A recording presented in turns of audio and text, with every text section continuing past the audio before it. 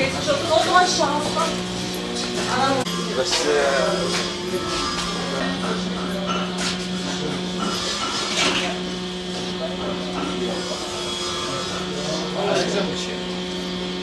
Eskiden elden yapıyorduk, güzel takunya yapıyorduk gelin için, işlemeli takunya, çok güzel takunya ama şimdi makineyle yapıyoruz.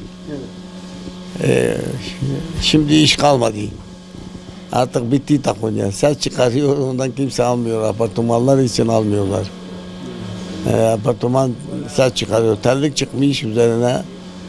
Çalışıyoruz böyle kahveden oturmadan böyle vaktimizi geçiririz, ne yaparız. Mardin'de bu işi yapan kaç kişi var? Mardin'de o işi yapan kimse kalmadı. Benden başka kimse kalmadı. Biz de terk edersek tamam bitti.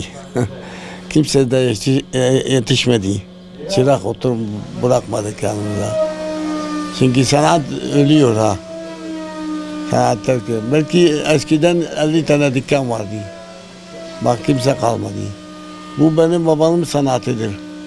Ama kimse alamıyor, kimse artık o takunya alamıyor. Kimse giyemiyor. Eski sanat güzeldi. Elimizle çalışıyorduk, güzel sanat.